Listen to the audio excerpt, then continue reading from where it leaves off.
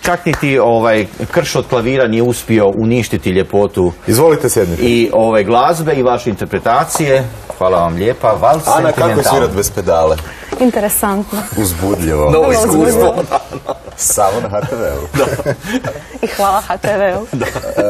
Da predstavimo i našeg gosta koji sjedi pokraj mene. Sa nama je Mihael Par, autor i klarinetist. Dobro jutro. Dobro jutro, dobrodošli.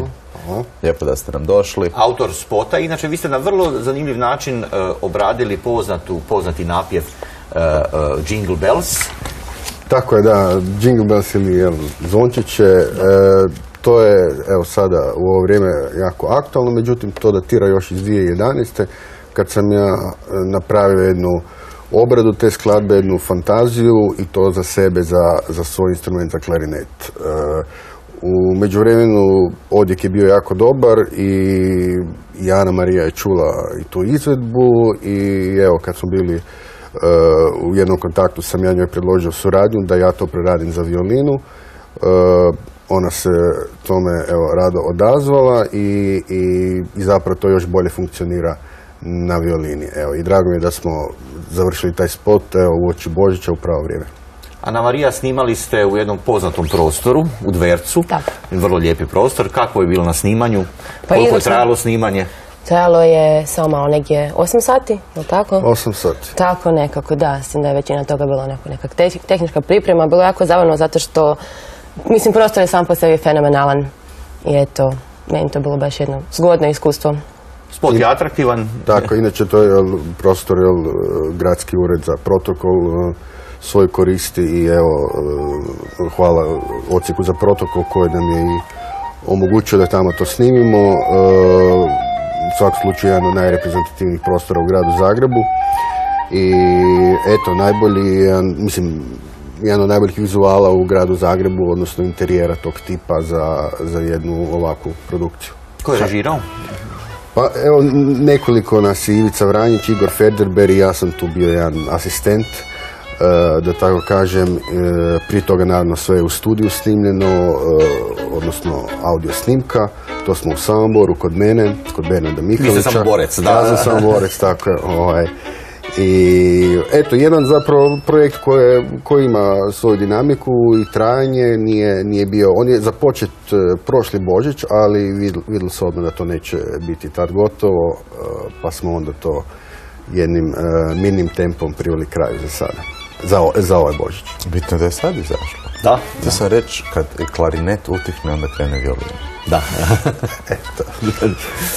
Inače, vi ste se usavršavali na Mozarteumu u Salzburgu i usporedili ste to učilište, to je da ima samo jednu usporedbu sa Juilliardom u New Yorku, da je toliko sjajno se može tamo usavršavati.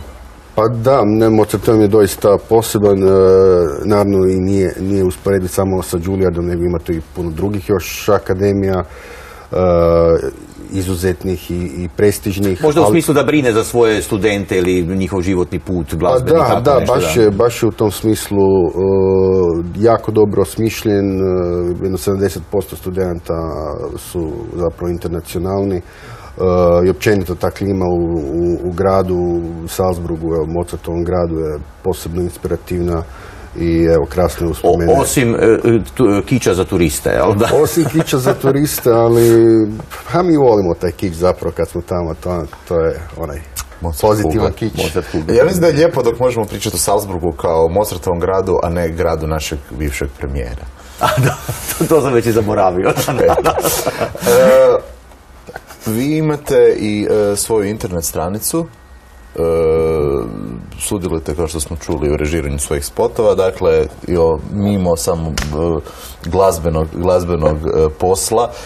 Da li je to danas nužnost ili je to stvar vaše odluke, vaše dobre volje? Pa nužnost je i nije, ovisno o pojedincu. Ja imam jedan takvu jednu inklinaciju tome u ovakvom jednom audiovizualnom dobu da ipak trebamo se i na taj način prezentirati i imam nekakvu sklonost i afinitet u tom smislu. iako ovaj put nisam ja u glavnoj roli, nego je to Ana Marija.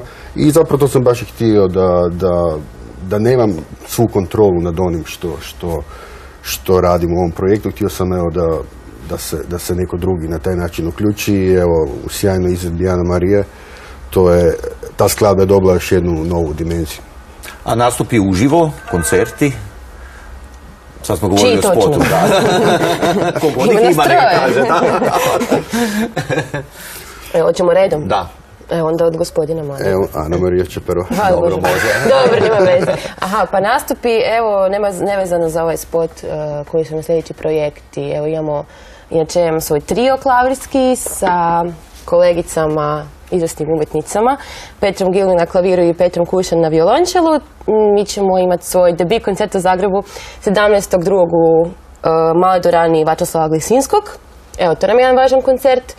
A ima još i planova za nekakve manje koncertiće po Hrvatskoj u proljeće. Zatim Ana i ja imamo nešto u planu ovo ljeto, isto tako na Pagu, ali dobro, to je još daleko. Jedan recital ćemo održati, pa onda imamo, ne znam, kako ja radim na školi. Da i škola ima puno koncerata, pa ću i tamo nešto svirati, i moji učenici, tako, evo, veselo je to. I kod Ana i kod vas isto, je li, pretpostavljam? Pa i kod mene, da. Ja evo sam na umjetničkom usavršavanju na Muzičkoj akademiji kod profesora Krpana i planiram zapravo sad odraditi taj završni koncert, sad nekad na proljeće.